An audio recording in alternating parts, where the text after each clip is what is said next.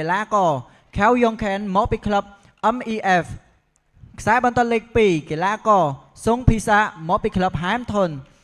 ខ្សែបន្ទាត់លេខ3កីឡាករសុងវឌ្ឍនាមកពីក្លឹប MOI Association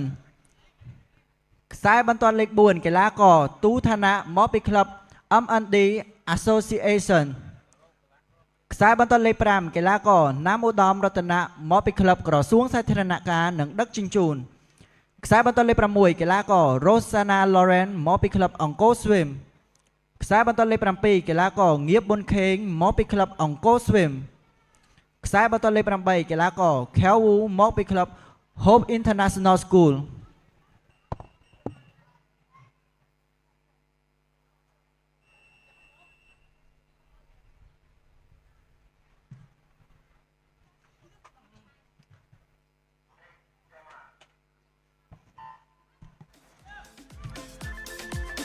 បាទក្នុងនោះដែរសហព័ន្ធខ្មែរកីឡាទឹកក៏សូមថ្លែងអំណរគុណទៅដល់ក្លឹបហែលទឹកសាលាហែលទឹក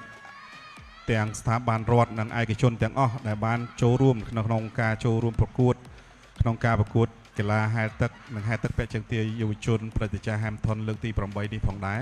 ហើយក៏សូមគោរពជូនពរអស់លោកស្រីថ្នាក់ដឹកនាំក៏ដូចជាលោកគ្រូអ្នកគ្រូ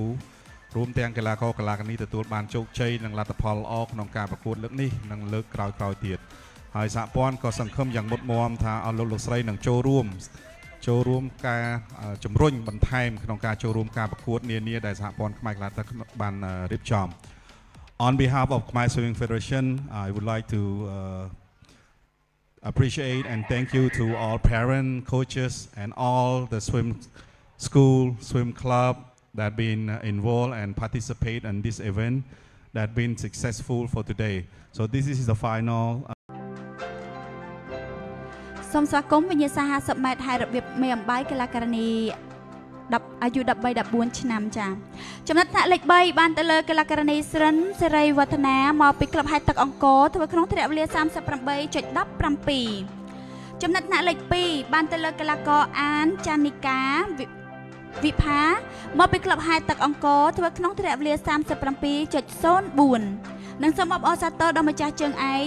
លើវិញ្ញាសា50ម៉ែត្រហើយរបៀបមេអំបៅបានទៅលើកីឡាករនីវ៉ាន់អូស្ទីនអេឡែនកូលីយ៉ាណាមកពីក្លឹបហែលទឹក MEF ធ្វើក្នុងទ្រវេលា 36.78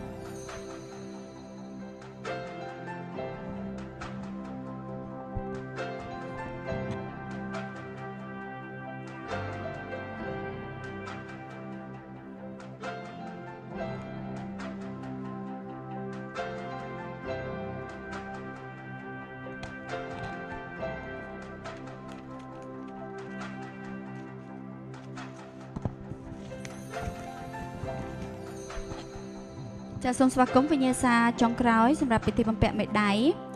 វិញ្ញាសា50ម៉ែត្រហើយរបៀបមេអំបៅកីឡាករអាយុ13-14ឆ្នាំចំណុចថ្នាក់លេខ3បានទៅលើកីឡាករ Rosanna Lauren មកពីក្លឹបហែលទឹកអង្គរធ្វើក្នុងទ្រវេលា 32.83 ចំណុចថ្នាក់លេខ2បានទៅលើកីឡាករណាមឧត្តមរតនៈមកពីក្រសួងសាធារណការនិងដឹកជញ្ជូនធ្វើក្នុងទ្រវេលា 30.48 និងសូមអបអរសាទរដល់ម្ចាស់ជើងឯកលើវិញ្ញាសា50ម៉ែត្រមេអំបៅបានទៅលើកីឡាករទូឋានៈ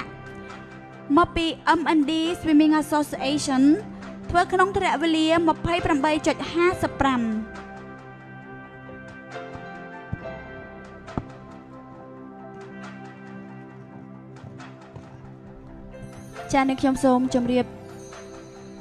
សម្រាប់កម្មវិធីប្រកួតហែលទឹក